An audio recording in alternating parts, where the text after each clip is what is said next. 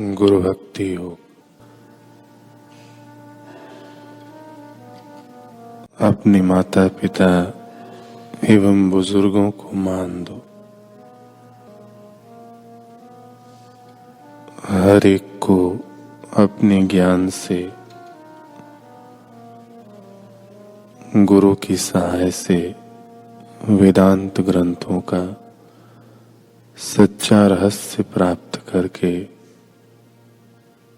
अपने भीतर ब्रह्म का अनुभव करना चाहिए।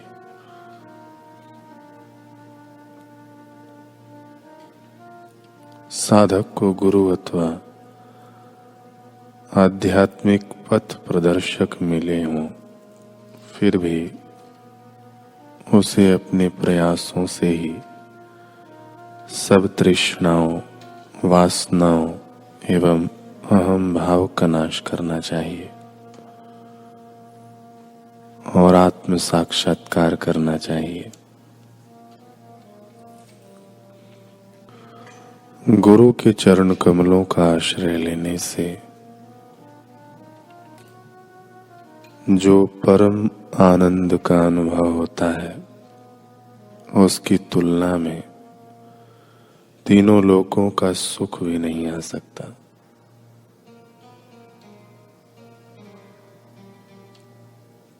गुरु की आज्ञा का उल्लंघन करने से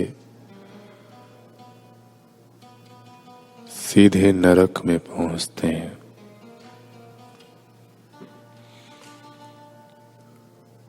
गुरुद्रोही खुद तो डूबता है, अपने कुल को भी कलंकित करता है।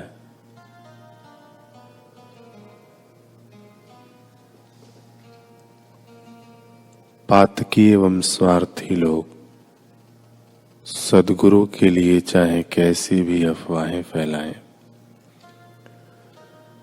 फिर भी सुज्ञ समाज एवं शिष्यगण सद्गुरु के पावन सानिध्य और उनकी मधुर याद से अपना हृदय पावन रखते हैं।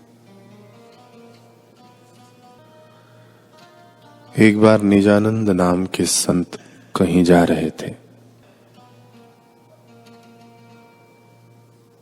उनके पीछे शिष्य थे। वे किसी स्मशान से गुजरे। अचानक उनका पैर किसी चीज को लगा। देखा एक खोपड़ी पड़ी है। तो निजानंद महाराज ने उसको दंडवत प्रणाम किया। प्रभु, मेरे पैर की जरा टक्कर लग गई, क्षमा कर देना, माफ कर देना, मैंने देखा नहीं, मेरी दृष्टि जरा ऊपर थी। ऐसी अलग अलग प्रार्थनाएं करने लगे। निजानंद जी को देखकर शिष्यों ने कहा, गुरु जी, आप यह क्या कर रहे हैं? उन्होंने कहा, क्या कर रहा हूं? यह कोई जैसे तैसे व्यक्ति की खोपड़ी थोड़े ही है। यह तो अमीरों का मरघट है। यह किसी अमीर, किसी सत्ता वाले की खोपड़ी है। उसकी जिंदा खोपड़ी को पैर लग गया होता तो न जाने कहां बिठा देता। अच्छा है कि मरने के 5-10 दिन बाद पैर लगा है। यह खोपड़ी तो वही की वही है, केवल 10 दिन का अंतर है। तो क्षमा मांगने में क्या घाटा है? शिष्यों ने कहा, यह कुछ नहीं करेगी, कुछ बोलेगी नहीं।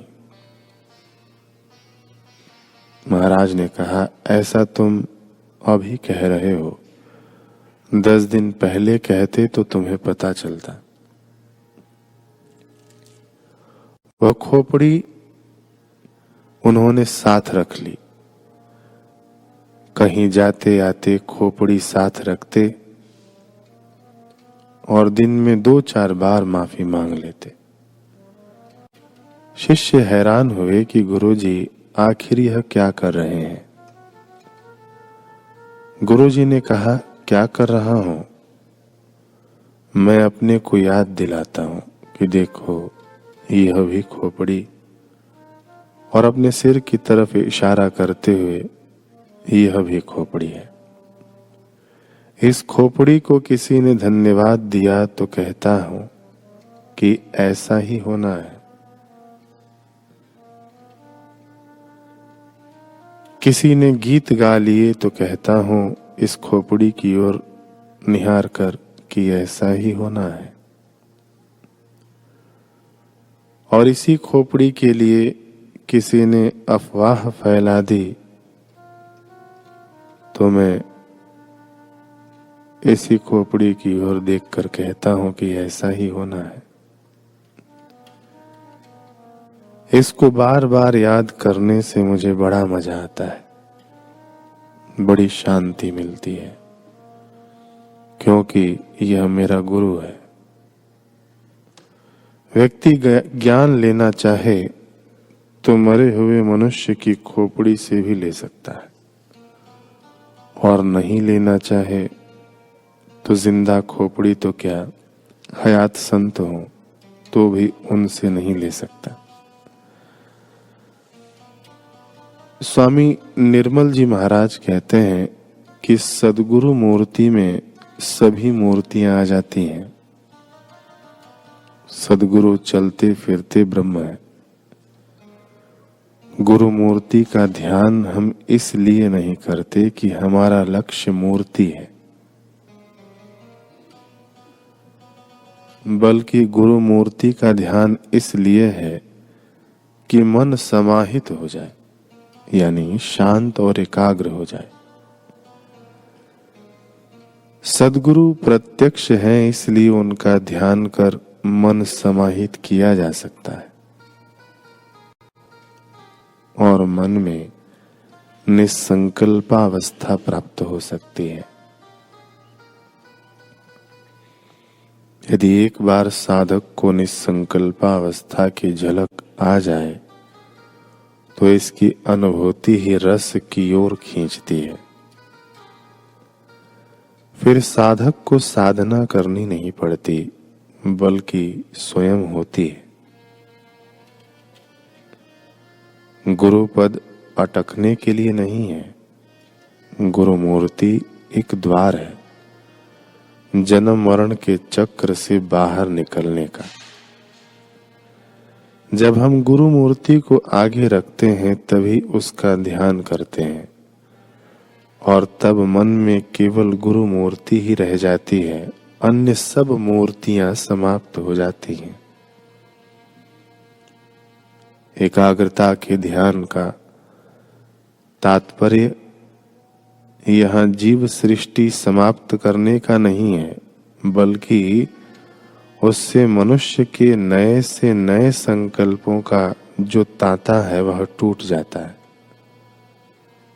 और समाहित मन में परमात्मा की ही झलक रह जाती है। उसके अतिरिक्त अन्य कुछ नहीं रह जाता। बहुत से लोग गुरुमूर्ति का ध्यान करते हैं पर वे रहस्य को नहीं समझते, जिससे वे गुरु मूर्ति का ध्यान तो करते हैं किंतु स्वयं के अंदर निसंकल्पावस्था नहीं आती। मनुष्य जब तक संकल्पों के अधीन रहता है तब तक परमात्मा छिपा रहता है। परमात्मा ने सद्गुरु मिलाए हैं और सद्गुरु परमात्मा को मिला देते हैं। गुरु मूर्ति का ध्यान इसलिए नहीं है कि हम उनकी पूजा ही करें, बल्कि सद्गुरु साक्षात हैं, समस्त हैं। उनके ध्यान द्वारा हम मन की चंचलता तथा विक्षेप को जल्दी ही दूर कर सकते हैं,